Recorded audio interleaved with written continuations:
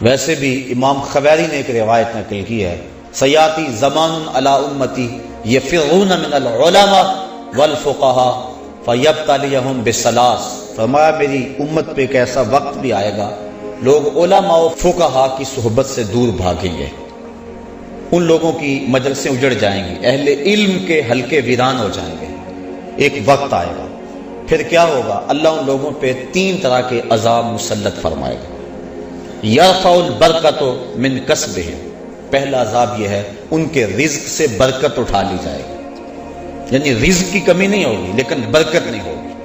اور دوسرا، ظالم حکمران ان پر مسلط کر دیے جائیں گے۔ یہ قوم ہماری بڑی خوش ہوئی تھی کہ ایک ظالم سے جان چھوٹی، لیکن مستقبل میں مجھے تو کوئی توقع نہیں، بلکہ میں نے کہیں کہا تھا کہ ہم نے پھولوں کی آرزو کی تھی، آنکھوں میں موتیا اتر آیا۔ تو حالات کبھی بہتر نہیں ہوں گے اس طرح، جب تک ہم خود صحیح نہیں ہوں گے اتنی دیر تک حالات ٹھیک نہیں ہو سکتے ہیں۔ اللہ کی رحمت کی چھتری بن کے حکمران ہمارے اوپر نہیں آ سکتے جب تک ہم اپنے عمل زندگی کو نہ بدلیں۔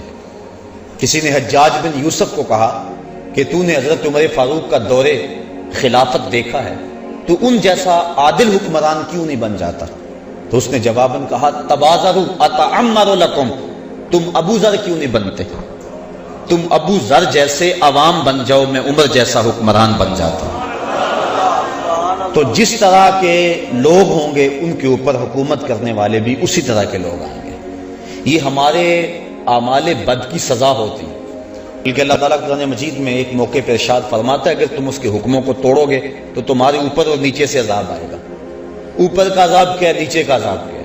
اوپر کا عذاب بارشیں، آسمان سے پتھروں کا برسنا، طرح طرح کے عذاب ہیں، آندھیاں اوپر کا عذاب ہے۔ نیچے کا عذاب زلزلے ہیں، اور زمین کا جو ہے وہ فصل نہ دینا، یہ نیچے کا عذاب ہے۔ لیکن حضرت عبداللہ ابن عباس رضی اللہ تعالیٰ عنہ فرماتے ہیں کہ اوپر کا عذاب یہ ہے کہ تمہارے حکمران ظالم ہو جائیں گے، اور نیچے کا عذاب یہ ہے کہ تمہاری اولادیں اور تمہارے ماتحت، تمہارے ملازمین خائن ہو جائیں گے، نافرمان ہو جائیں گے، گستاخ ہو جائیں گے۔ تو یہ نیچے کا عذاب ہے۔ تو اوپر سے بھی عذاب، نیچے سے بھی عذاب۔ سارے دن کا تھکا ہوا بندہ شام کو گھر پہنچا تو گھر میں نو ساس کا جھگڑا جاری تھا۔ اب اگر بیوی کو کچھ کہے تو گھر اجڑتا ہے، اور ماں کو کچھ کہے تو دونوں جہاں اجڑتے ہیں۔ بندہ پھنس گیا، نہ وہ بات سمجھتی ہے نہ وہ بات سمجھتی ہے۔ تو یہ ہے اوپر سے بھی عذاب اور نیچے سے بھی عذاب۔ اللہ تعالیٰ ان عذابوں سے ہمیں محفوظ فرمائے۔ تو کہا دوسرا عذاب کہ ظالم حکمران ان پہ مسلط کر دیے جاتے ہیں۔ اور تیسرا عذاب وَيَخْرُجُونَ مِنَ الدُّنْيَا بِغَيْرِ الْإِيمَانِ، ان کا دنیا سے بغیر ایمان کے اٹھ جانے کا اندیشہ غالب ہو جائے گا۔ اور قرب قیامت کی نشانیوں میں سے حضور نے یہ ایک نشانی بیان فرمائی، یُصْبِحُ مُؤْمِنًا وَيُمْسِی کافرًا، بندہ صبح مومن ہوگا شام کو کافر ہوگا، شام کو مومن ہوگا اور صبح کو کافر ہوگا۔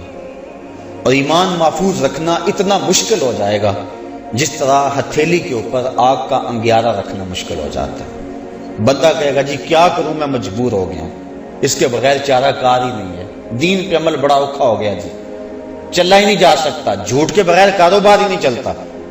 وہ طرح طرح کے بہانے بنائے گا اور حالات ایسے ہو جائیں گے۔ یہ اس کی بدعمالیوں کی سزا ہے جو اس کو ملے گی، اور اس کے لیے دنیا کے حالات اور معاشرتی نظم ایسا بن جائے گا کہ وہ بچنا چاہے گا بھی تو بچ نہیں سکے گا۔